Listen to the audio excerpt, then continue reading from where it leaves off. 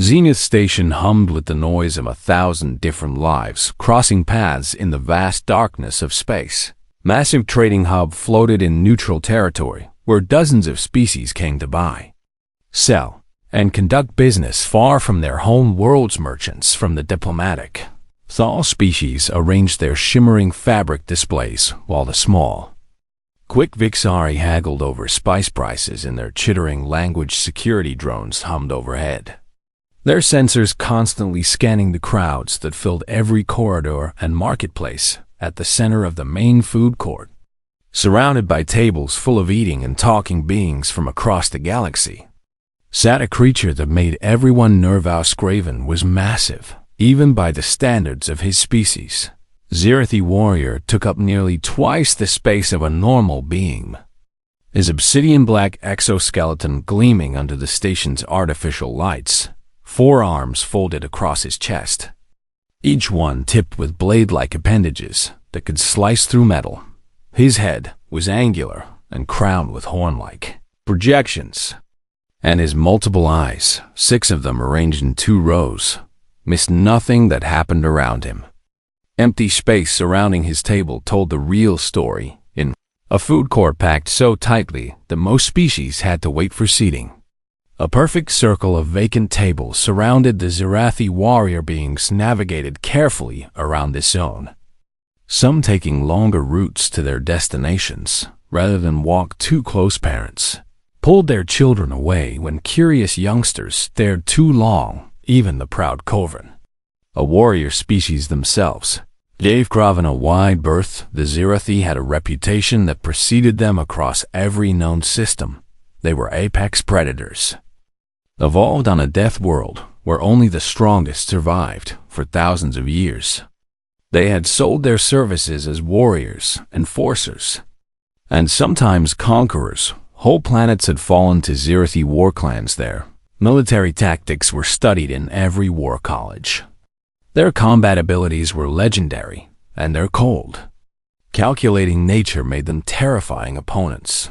No one could remember the last time a Xerathi warrior had been defeated in single combat. Craven sat alone at his table with a datapad in front of him, apparently reviewing some kind of trade documentation. His massive form remained perfectly still except for the occasional movement of one clawed hand. Across the screen he had been on Zenith Station for 3 standard cycles now, conducting what appeared to be legitimate business in rare minerals, but everyone knew there had to be more to the historic Xerathi. Warriors didn't simply become traders in the station security center. Administrator Palkon watched Kraven through multiple camera feeds. The Thal administrator was a nervous being by nature, and having a Xerathi enforcer on his station had turned his anxiety into a constant state of near panic. "Has he done anything threatening?" asked his security chief, a gruff Corvin named Dax. "He hasn't done anything at all," Palquan replied, his forearms gesturing in agitation. "That's what worries me. Xerathi warriors don't just sit around reading trade documents. Our intelligence suggests he might be tracking someone," Dax said, pulling up additional data. "But we can't determine who or why. Can we ask him to leave?" "On what grounds?" "He has valid documentation. He's paid for his accommodations, and he hasn't violated a single station regulation." Palquan made a sound of frustration that translated poorly through his translator device. "So we just wait and hope he's not here to kill someone?" Back in the food court, Kraven remained motionless. His hearing was acute enough to pick up dozens of conversations around him. The Thal merchants discussing profit margins, the Vixari family arguing about which restaurant to try, the Corvin security officers pretending not to watch him while absolutely watching him, and then something different, a child's voice, high and clear and speaking human standard language. "Mom, Dad, I'm going to look at the fountain." Kraven's eyes shifted slightly toward the sound without moving his head. Humans were relatively new to the galactic community, having only achieved faster than light travel about a century ago. They were considered strange by most species. neither particularly strong nor particularly intelligent, lacking any natural weapons or defenses. Yet somehow they kept showing up in places where tougher species feared to go. A human family stood near a data terminal about 20 meters from Craven's position. The parents were absorbed in their reading scientific journals from the look of it. The child was a small female, perhaps 10 standard years old by human reckoning, with dark hair pulled back in a practical style and wearing a bright blue jumpsuit. She wandered away from her distracted parents toward the decorative water fountain. At the center of the food court, Craven watched her with the same attention he gave everything around him, cataloging, analyzing, assessing potential threats. The child stopped at the fountain and stared at the water sculptures, her face showing the open wonder that young beings of most species display before the galaxy taught them to be cautious. Then she turned, her eyes swept across the crowded food court, taking in all the different species, the colorful displays, the controlled chaos of the trading station, and then her gaze landed directly on Craven. Most beings looked away immediately when they met a Zirathi's eyes. It was an instinctive response to encountering a predator, but this human child didn't look away. She tilted her head slightly, studying him with open curiosity. Her expression showed no fear, only interest. Craven remained perfectly still. He had encountered many species in his long career as an enforcer. He had faced down warriors who pretended not to be terrified. He had watched politicians try to negotiate while their biological signs screamed their fear. He had seen brave soldiers maintain discipline even as every instinct told them to run, but he had never seen a child look at him with simple, genuine curiosity. The girl took a step toward his table, then another around the food court. Beings began to notice conversations stopped mid-sentence. A tall merchant gasped. A Vixari mother grabbed her own children and pulled them back. Even the background noise seemed to lower as more and more beings realized what was happening. A human child was walking directly toward the Zirathi warrior. "Someone stop her," a voice said in panic. "Corvin, where are her parents?" another being demanded, but no one moved. No one wanted to get close enough to intervene. The child walked with the confident stride of someone who had not yet learned that the universe was dangerous. She navigated between tables, moving steadily toward the circle of empty space that surrounded Craven. Security feeds in Peliquin's office lit up with alerts. "Dax!" the administrator shouted. "There's a human child approaching the Zirathi." "I see it," Dax replied, already moving. Dispatching officers now, but they were too far away. The child reached the edge of the empty zone. She paused for just a moment, looking at all the vacant tables, seeming to realize for the first time that something was unusual about this particular area. Then she looked back at Craven. She smiled. It was a small, friendly smile, the kind that humans gave when meeting someone new. She walked to his table and stood there, looking up at the massive warrior who could kill her with the slightest movement. Entire food court held its breath. Craven's multiple eyes focused on her completely now, his head tilted down to meet her gaze. They stared at each other for a long moment. Then the child spoke, her voice clear and unafraid. "Do you remember me?" The question hung in the air like alive, explosive. Every being in the food court waited to see how the Zirathi warrior would respond to this impossible child standing at his table. Craven's obsidian exoskeleton reflected the station's lights as his massive form remained absolutely still. His 6 eyes studied the small human female with an intensity that would have made seasoned soldiers nervous. Then something changed in his expression, subtle shifts that only someone watching very carefully would notice. Recognition. The mandibles around his mouth moved in a way that served as a Zirathi smile, though it looked terrifying to most species who didn't understand the gesture. "I remember," he said. His voice a deep rumble that carried the clicks and harmonics of his native language beneath the translated words. The child's smile grew wider. And without asking permission, she pulled out the chair across from him and sat down. Gasps echoed through the food court. Maya! A human voice shouted from across the space. Maya, where are you? But the girl, Maya, ignored her parents' distant calls. Focused entirely on Kraven, I looked for you, she said. After the rescue team took us away, I asked about you. But nobody would tell me anything. Your parents removed you from Theta Verdant 4 very quickly, Kraven replied. They were frightened. They still are, Maya said with the casual honesty of children. They don't talk about what happened. But I know they have nightmares about finding me with you. Kraven's eyes shifted slightly, and Maya noticed the movement. Are you remembering? She asked. Yes, the memory came to him with perfect clarity. As Zarathi mimes retained every detail of important events 6 standard months ago. Kraven had been on Theta Verdant 4 for reasons he no longer considered relevant. The jungle world was known for its hostile ecosystem, where even experienced warriors faced danger. He had been tracking something through the dense rainforest when the planet's apex predators, the razor-spine pack hunters, had ambushed him.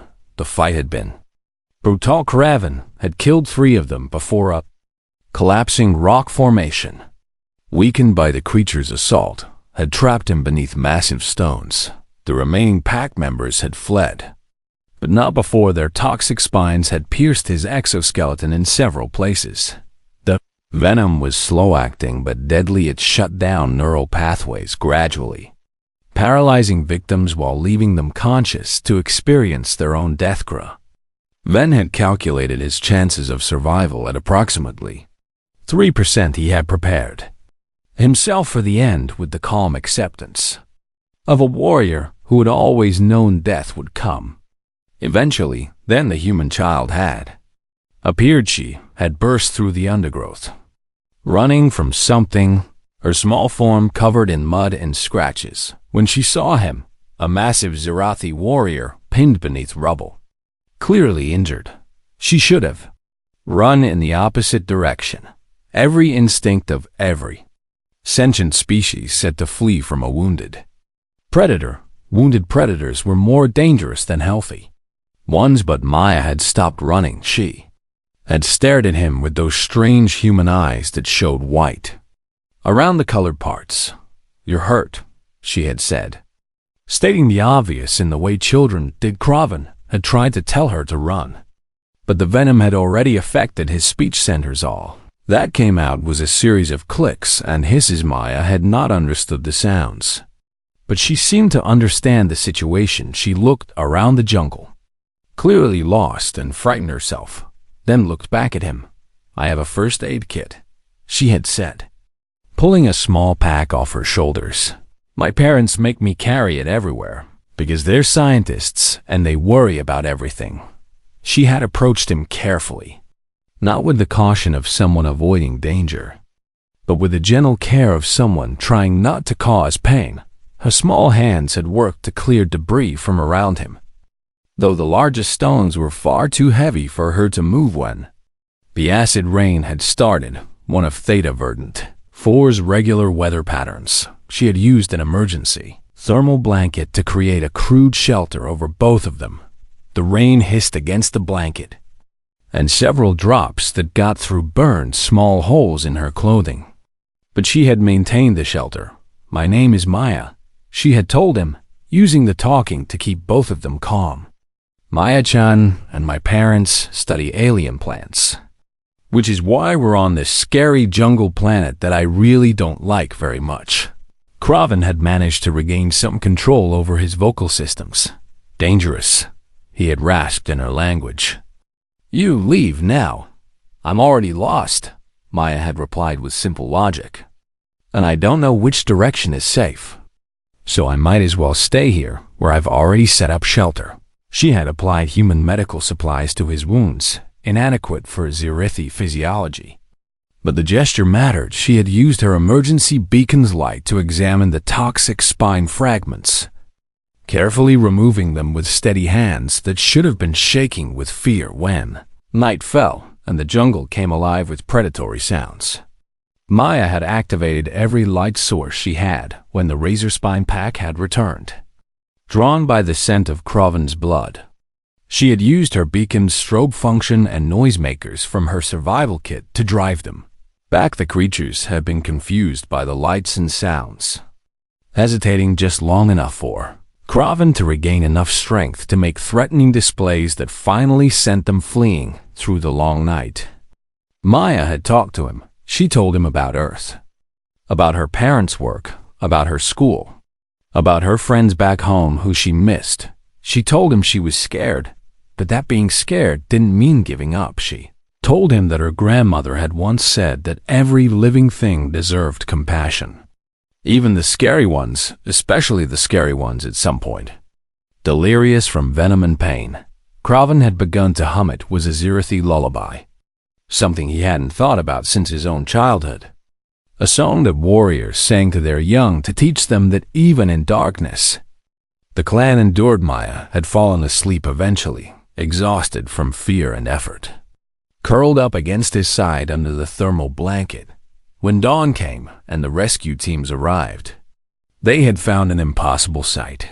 A Zirathi enforcer and a human child, both alive, both protected through the night. The rescue team leader had immediately tried to pull Maya away, but she had protested. "He's hurt." She had insisted, "You need to help him too." "That's a Zirathi child," the team leader, a Corvan, had said. "They're dangerous. He's been protecting me all night," Maya had argued. "He sang to me."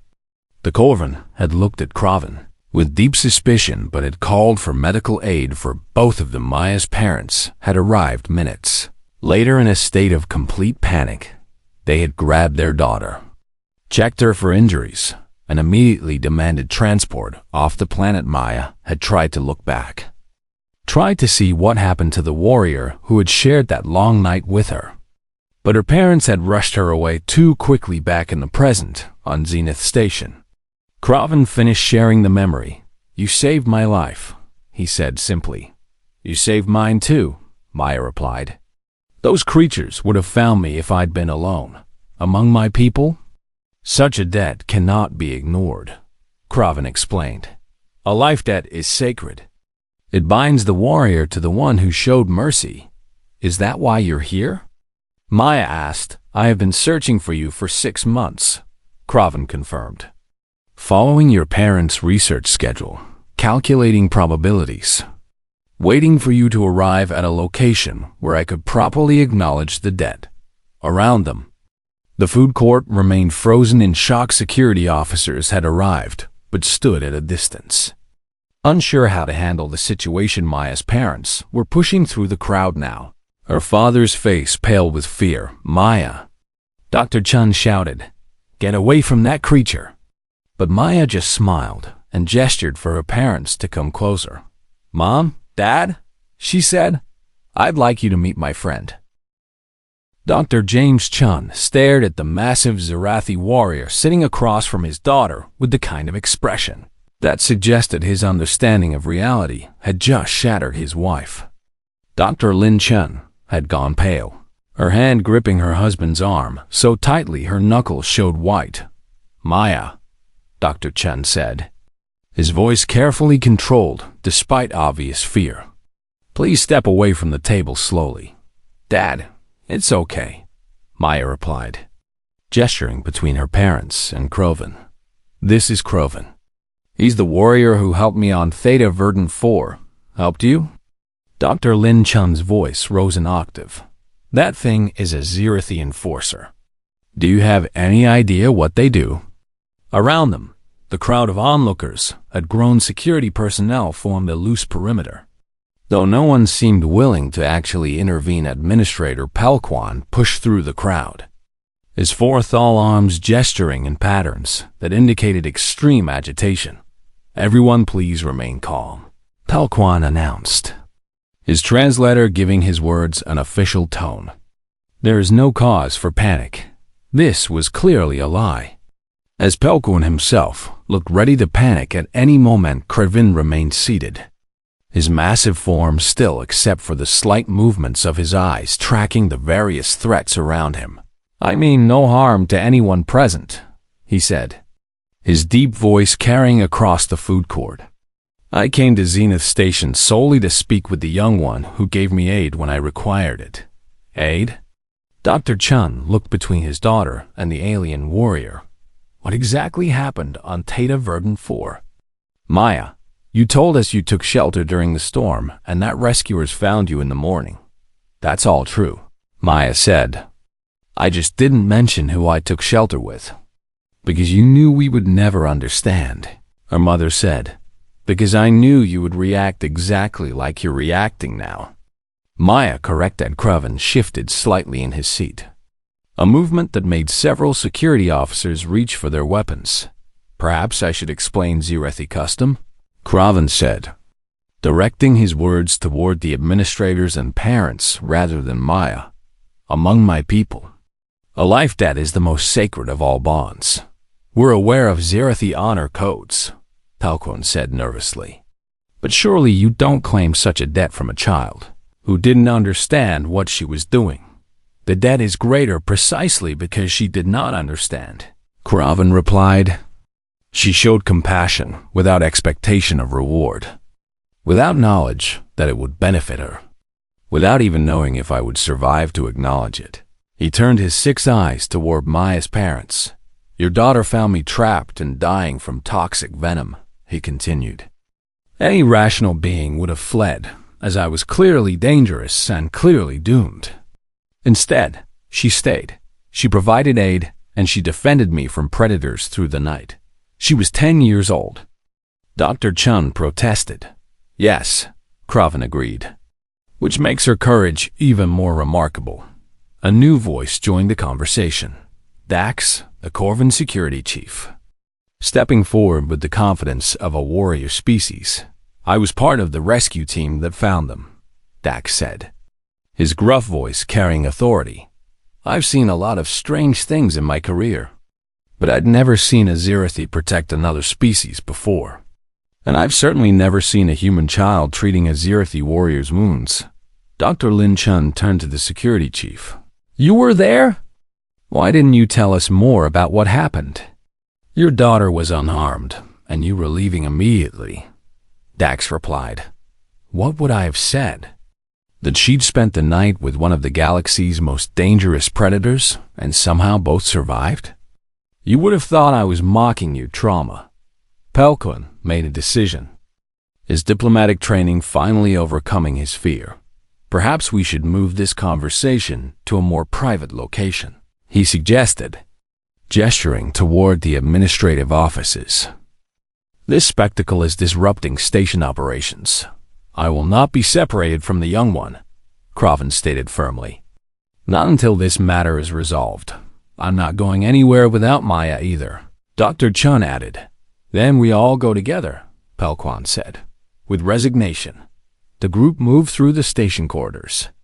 Drawing stares from every being, they passed a Zerethi warrior walking beside a human family was unusual enough. But one accompanied by station security and administration suggested something significant was happening in the administrator's private conference room. They settled around a large table designed to accommodate multiple species. Craven's bulk took up nearly one full side. "Now then," Pelquin began, calling up holographic displays with trade records. "According to our files, you've been on the station for 3 cycles, conducting mineral trades. A convenient cover while I waited." Kraven confirmed. "Waited for my daughter," Dr. Chun said, realization dawning on his face. "I tracked your research publications," Kraven explained. "Your next scheduled field work was here on Zenith Station, studying the hydroponic systems. I calculated an 87% probability you would arrive within a standard month. You've been hunting my family," Dr. Lin Chen accused. "I have been honoring a debt," Kraven corrected.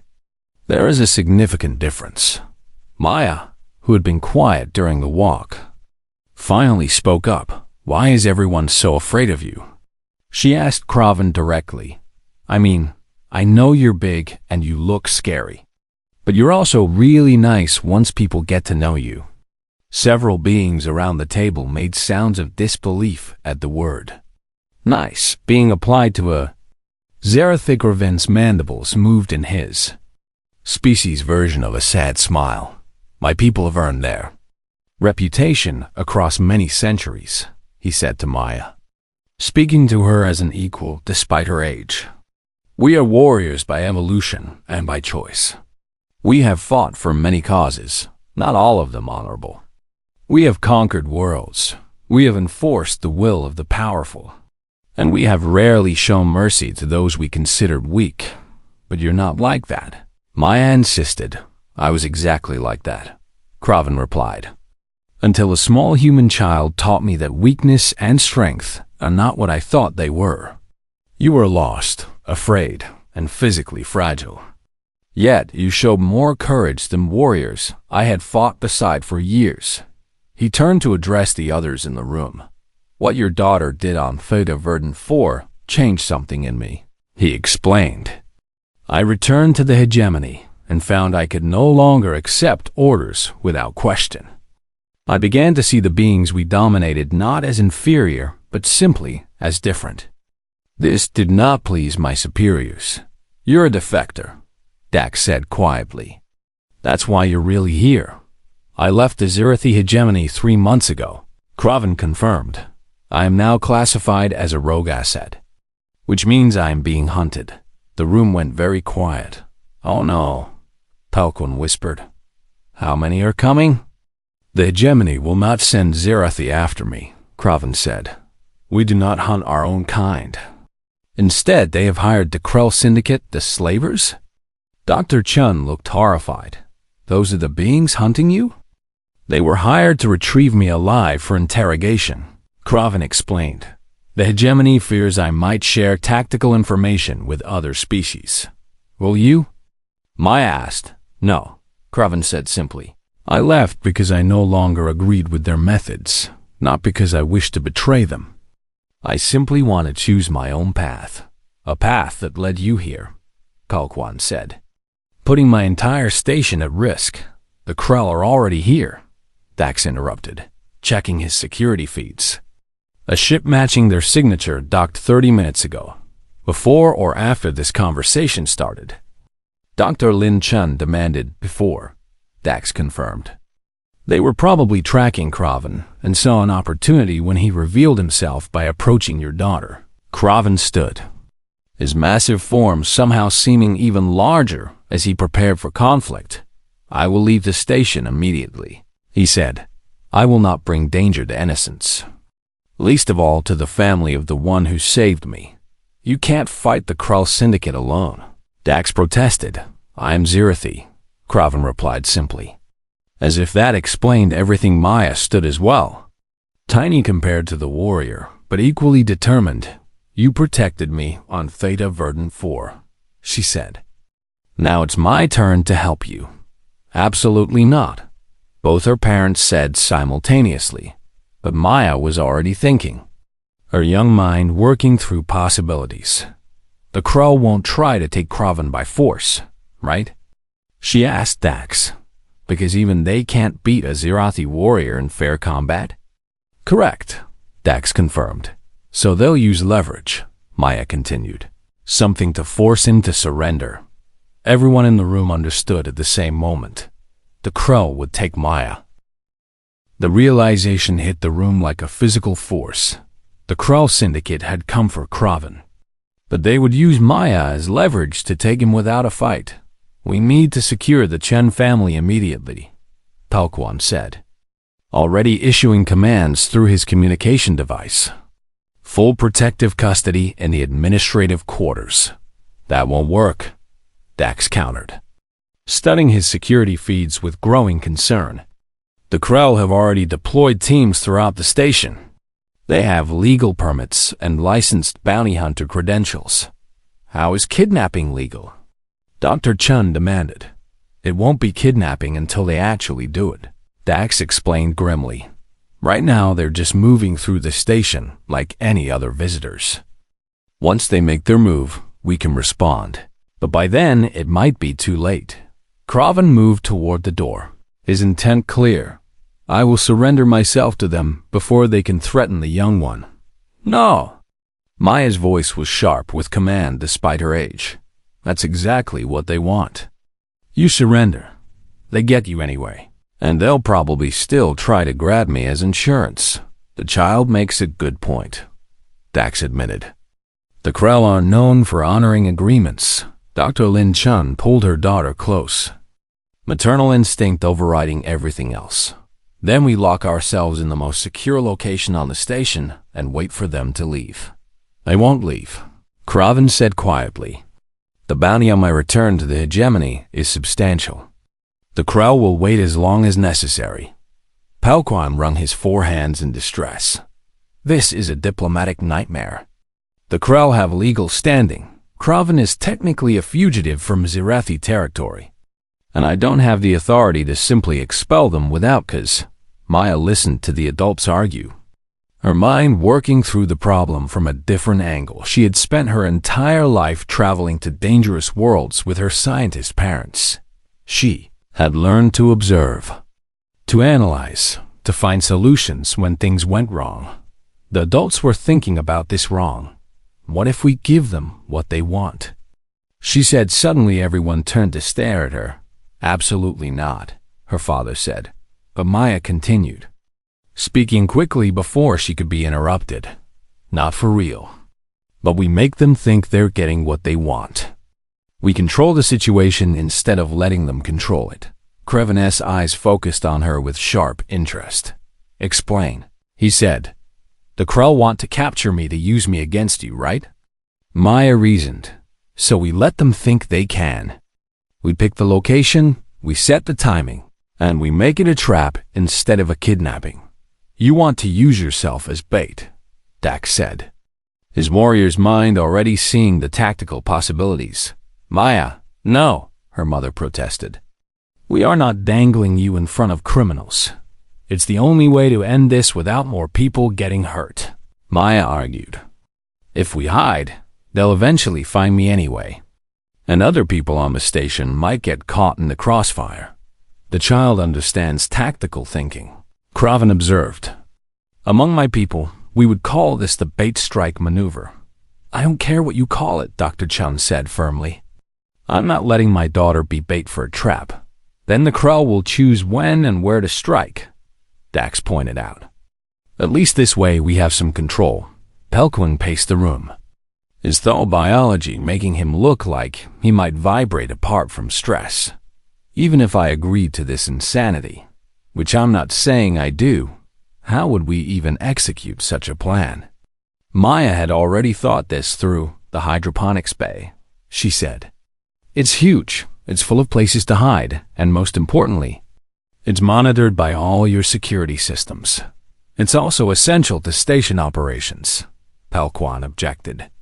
If there's damage to the growing systems, we could face food shortages. Better than the damage of a firefight in the residential sections. Dax countered. Kraven stood silent, considering the proposal. Your honor debt requires you to protect me, right? Maya asked him. Well, this is how you can do that. Not by running away, not by sacrificing yourself, but by working with me to solve the problem. You are very young to speak with such tactical clarity, Kraven said. I'm young, but I'm not stupid, Maya replied. And I already saved your life once, so maybe trust me? That argument seemed to carry weight with the Zirathi warrior. He looked at Maya's parents. I would rather die than see harm come to your offspring, he said formally. But she is correct that hiding will only delay the inevitable. The Krell are persistent. Dr. Chun and Dr. Lin Chun looked at each other, having one of those silent conversations that long-married couples could manage finally. Dr. Chun spoke. If we do this, what are the exact conditions? Dax pulled up holographic schematics of the hydroponics bay. The bay is 3 levels tall with extensive plant coverage that mimics jungle environments from various worlds. He explained. Multiple entry points, but we can monitor all of them. Security can be positioned throughout. But hidden, I would need to be positioned before the Krell arrive, Kraven added. In an ambush. The predator must be in place before the prey enters the kill zone. Except Maya is not prey, her mother said sharply. In this scenario, the Krell are the prey, Kraven corrected. Your daughter is merely the lure. How reassuring, Dr. Lin Chen said with heavy sarcasm. Maya spoke up again, her voice carrying the kind of determination that suggested she would find a way to do this with or without approval. I need an emergency beacon that can call help instantly if something goes wrong, she said. And I need to know exactly where Kraven will be, so I can lead the Krell toward him. You've thought about this a lot, Dax observed. I have 14 minutes of walk time from here to my quarters every day, Maya explained. I think about stuff. Palquan made a decision, though he looked like it physically pained him. If we do this, I want triple security backup, medical teams on standby, and a full tactical briefing, he said. And if at any point I determine the risk is too high, I'm calling it off and we go back to the hiding plan. Agreed, Kraven said. Fine, Dr. Chen said reluctantly. But I'm going to be in the security center watching every second. We both are. His wife added. Dax began coordinating with his security teams, pulling up patrol schedules and camera feeds. The Krell leader is a being named Vexter, he reported. Veteran bounty hunter, successful track record, and known for being clever rather than just brutal. Good, Maya said, surprising everyone. That means he'll think he's smarter than a kid. Kraven made a sound that might have been approval. You show the thinking of a warrior, he told Maya. Using the enemy's assumptions against them is a classic tactic. My grandmother always said that people underestimate children, Maya replied. She said we should use that. Your grandmother sounds wise, Kraven said. The next hour was spent in detailed planning security. Teams were briefed and positioned. The hydroponics bay was prepared. With sightlines checked and hiding positions identified, Maya received a small emergency beacon disguised as a bracelet, with a panic button that would bring every security officer on the station running. Kraven studied the bay's layout with the practiced eye of someone who had fought in countless different environments. The artificial jungle is dense enough to provide concealment, he noted. But the Krell will likely bring scanning equipment. The plant life interferes with most scanners, Dax said. That's actually a problem for our maintenance crews normally. But in this case, it works in our favor. Dr. Chun pulled Maya aside before they moved to the security center. I need you to promise me something, he said quietly. If things go wrong, you run. You don't try to be brave.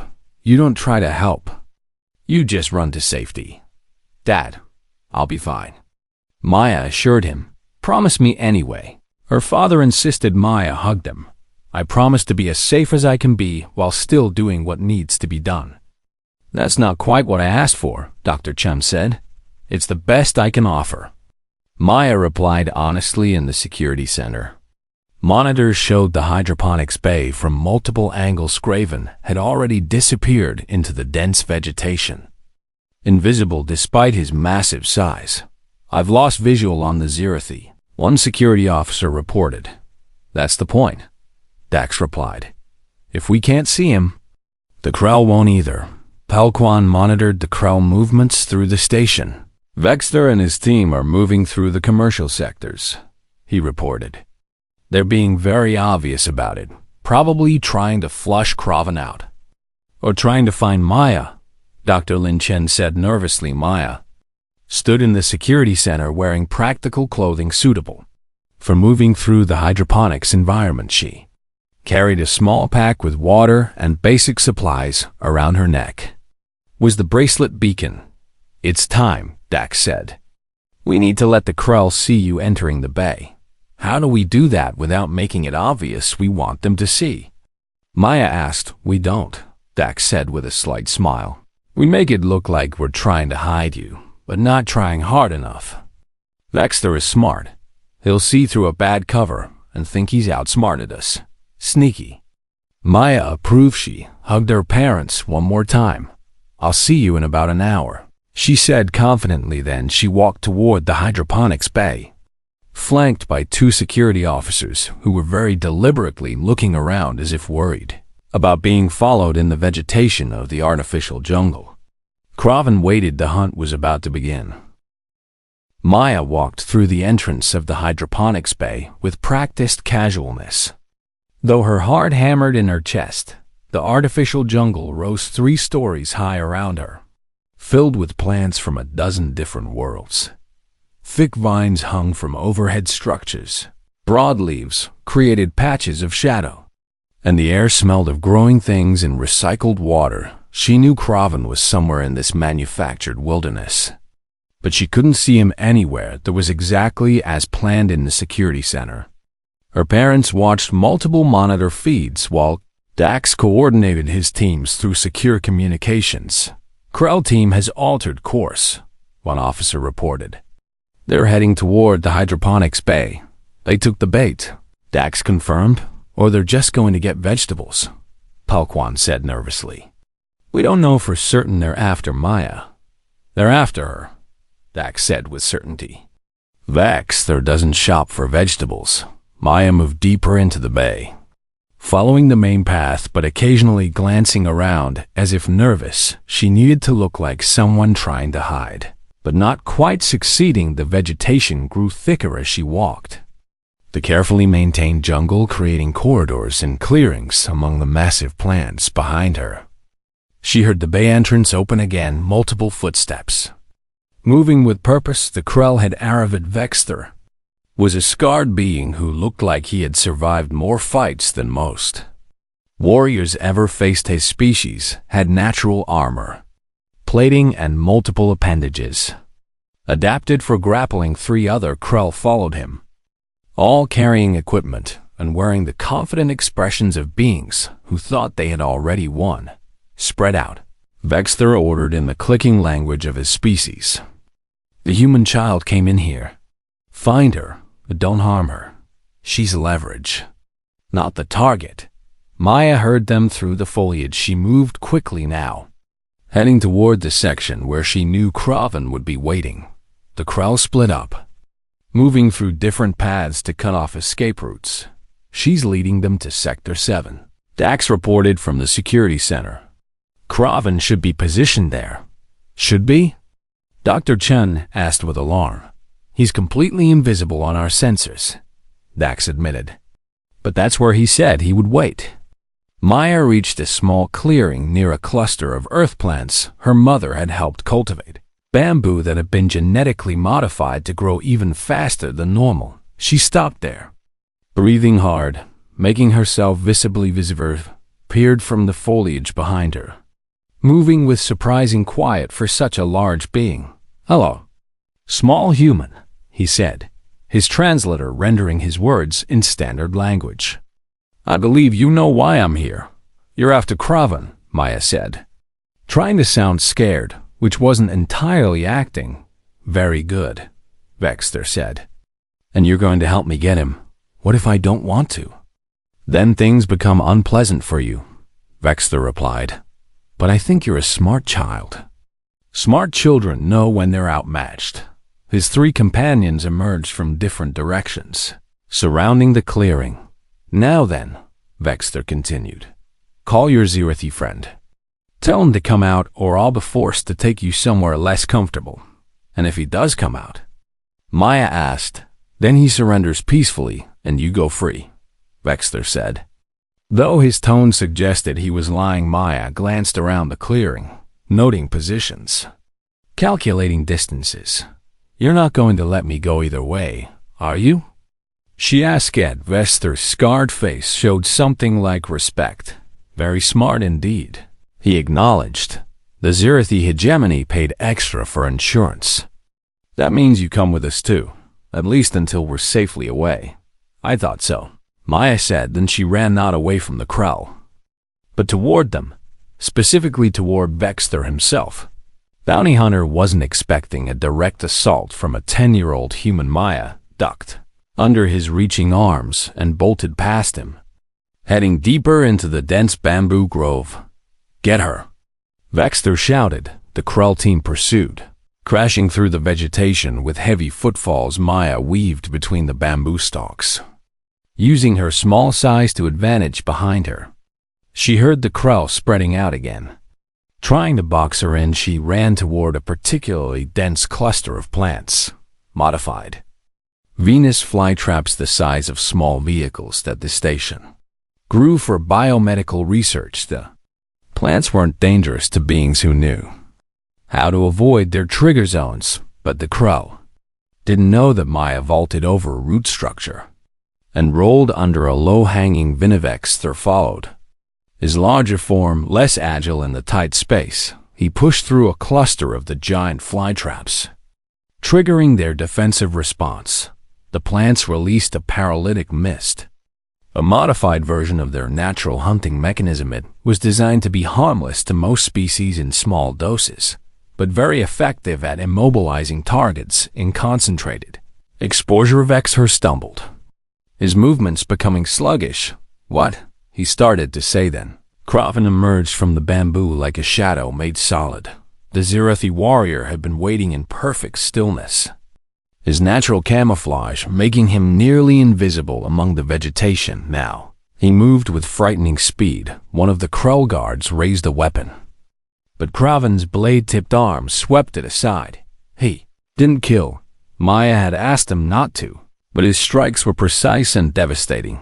The first guard went down with damaged legs, unable to stand but alive. The second tried to flee and ran directly into a security team that Dax had positioned at the clearing's edge. The third attempted to use a stunning device, but Kraven was already inside his reach, disarming him with movements too fast to follow. Vexter, struggling against the paralytic mist, tried to grab Maya as a last desperate move, but the girl had already pressed her. Emergency beacon station security flooded the area, weapons drawn, surrounding the Krell team. "Nobody move."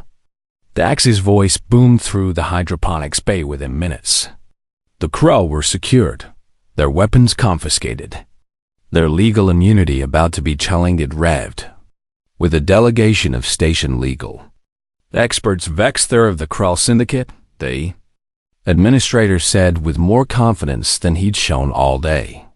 "You are hereby charged with attempted kidnapping of a civilian, assault, and violation of station security protocols. Your bounty hunter licenses are suspended pending investigation." "The Zirathi hegemony will," Vexter started. "The Zirathi hegemony has no jurisdiction here," Kalquan interrupted. "And furthermore, the human government has filed for asylum status for Kraven under the Protection of Political Defectors Act." This was news to everyone present.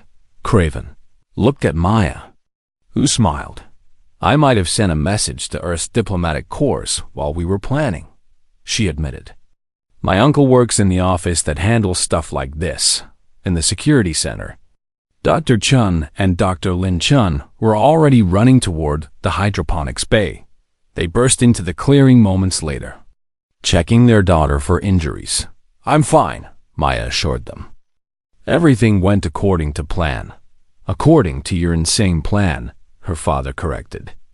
But he was hugging her tight. Raven stood to the side, watching the family reunion. Security personnel moved around him, some nervous, some curious, but none hostile. "You fought with honor," Dax told the Zirathi warrior. "And you showed remarkable restraint. The young one asked me not to kill unless absolutely necessary," Kraven replied. "I honored her request." Over the following days, the situation resolved itself through careful diplomacy. The Krell Syndicate, facing serious legal challenges, withdrew their bounty claim. Earth's government, interested in building a relationship with a Zirathi defector, granted Kraven asylum status. The Zirathi hegemony protested, but lacked the political capital To push the issue, and Zenith Station gained an unexpected new resident. Kraven accepted a position as security consultant. His expertise in combat and tactics making him valuable despite, or perhaps because of, his fearsome reputation. He took quarters near the Finodu Chum family's residential unit. Maya visited him regularly. And over time, something remarkable happened. Other beings on the station began to approach him cautiously at first.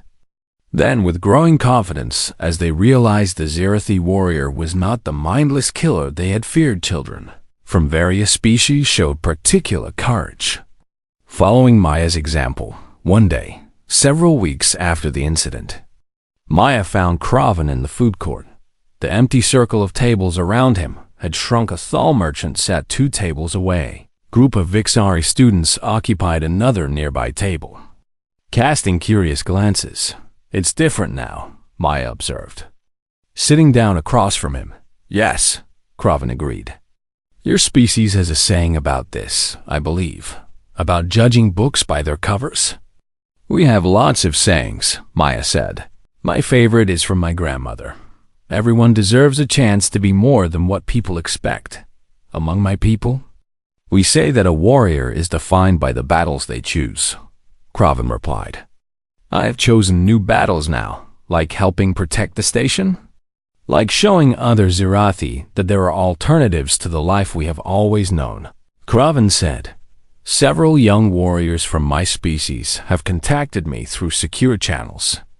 They have questions about honor, about purpose, about whether strength must always be used for conquest." Maya smiled. "So you're not just a defector anymore. You're a teacher." "I am still learning," Kraven admitted. "Learning from a human child who saw past fear to recognize a living being in pain." They sat together in comfortable silence for a moment around them. Station life continued its busy flow. Beings from dozens of species moved through the food court, trading,